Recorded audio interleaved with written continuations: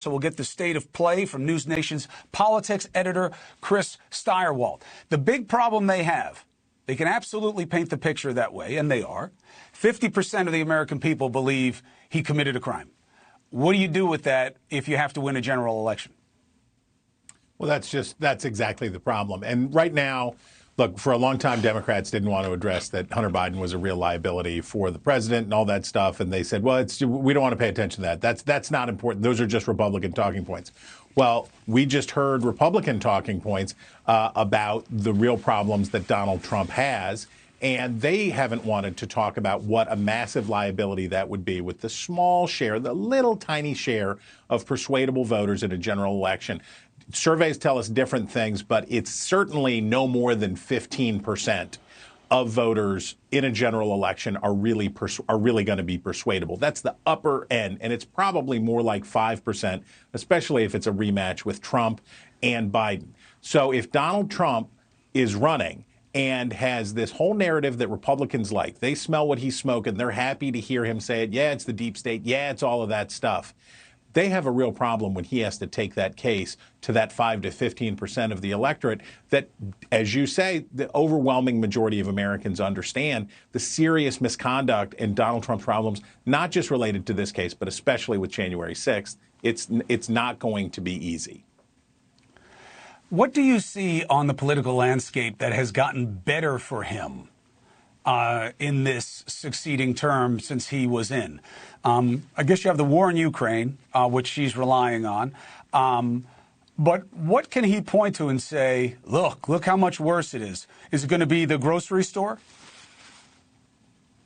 Inflation. Look, in a straight line projection from where we are today, and that is always a very dangerous thing to say in politics, but in a straight line projection from where we are today, if inflation continues to come down and we avoid a recession and the situation in Ukraine does not become dire, then Joe Biden is not a popular incumbent. There's lots of concerns about his age. There's lots of concerns about that stuff. But that's a kind of incumbent that could get reelected. Donald Trump almost got reelected. He came awfully close for somebody who had so much chaos, so much scandal, and so much. It's hard to beat an incumbent. That's why what Republicans want to talk about is Hunter Biden, because the inherent argument that you're going to hear from the Trump campaign and that you're going to hear from Republicans is, yeah, Trump's a crook, but so's Biden. Biden's a crook, too, and Trump is the crook who will lower your gas prices. Trump is the crook who will be your advocate while Joe Biden isn't. And that's what he did successfully to Hillary Clinton, and that's what they want to do again to Joe Biden, and they want to use Hunter Biden to do it. If you needed an argument against the party system, what's better than we've been reduced to, yeah, but our crook is better than their crook. Let's talk about Governor DeSantis. And, there was a poll that had Vivek Ramaswamy tied with him. It was an outlier poll. In general, he's ahead of him, but he has made no move. There's been talk about recalculation. Biden's had his own problems. Storyboard it for us. Look, Ron DeSantis has been taking an absolute pummeling, and what he needs to hope is that he will be humbled and that he will get to reboot, that will actually happen, that the pile-on will be so great. You know this narrative. You know how it works in the political press. First, they start out, those who the gods would destroy, they would first make king. Ron DeSantis is the Trump killer. It's a two-man race. Nobody else is even close. Here they go. And now, 3 months later, Ron DeSantis is out. It's over. It's over. It's over.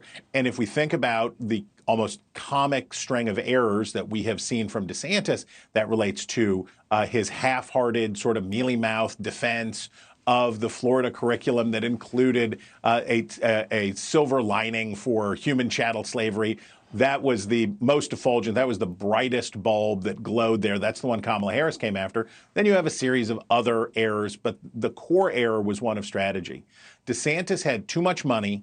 He had Ted Cruz's team. He had all of the trappings of an overinflated ego and bank account for a campaign that was running as inevitable. Well, you can't be inevitable a year before the primaries get started. DeSantis has been kneecapped. He's been brought back down to earth. Now the question for him is, can he get right-sized? Can he get his ego right-sized? Can he get his campaign right-sized? Can he get back in there and be humble and hungry? Because that's what people in Iowa want to see. That's what people in New Hampshire want to see, and that's how you beat Trump. Right now, he's an exclamation point away from Jeb, who had the same problems with his campaign. He had all that money and all that machinery. but he didn't have the energy. Hey, thank you for watching. Please go to newsnationnow.com, newsnationnow.com, and you can find NewsNation on your television provider. And don't forget to click the red subscribe button down below. Then you will get more of NewsNation's fact-driven coverage.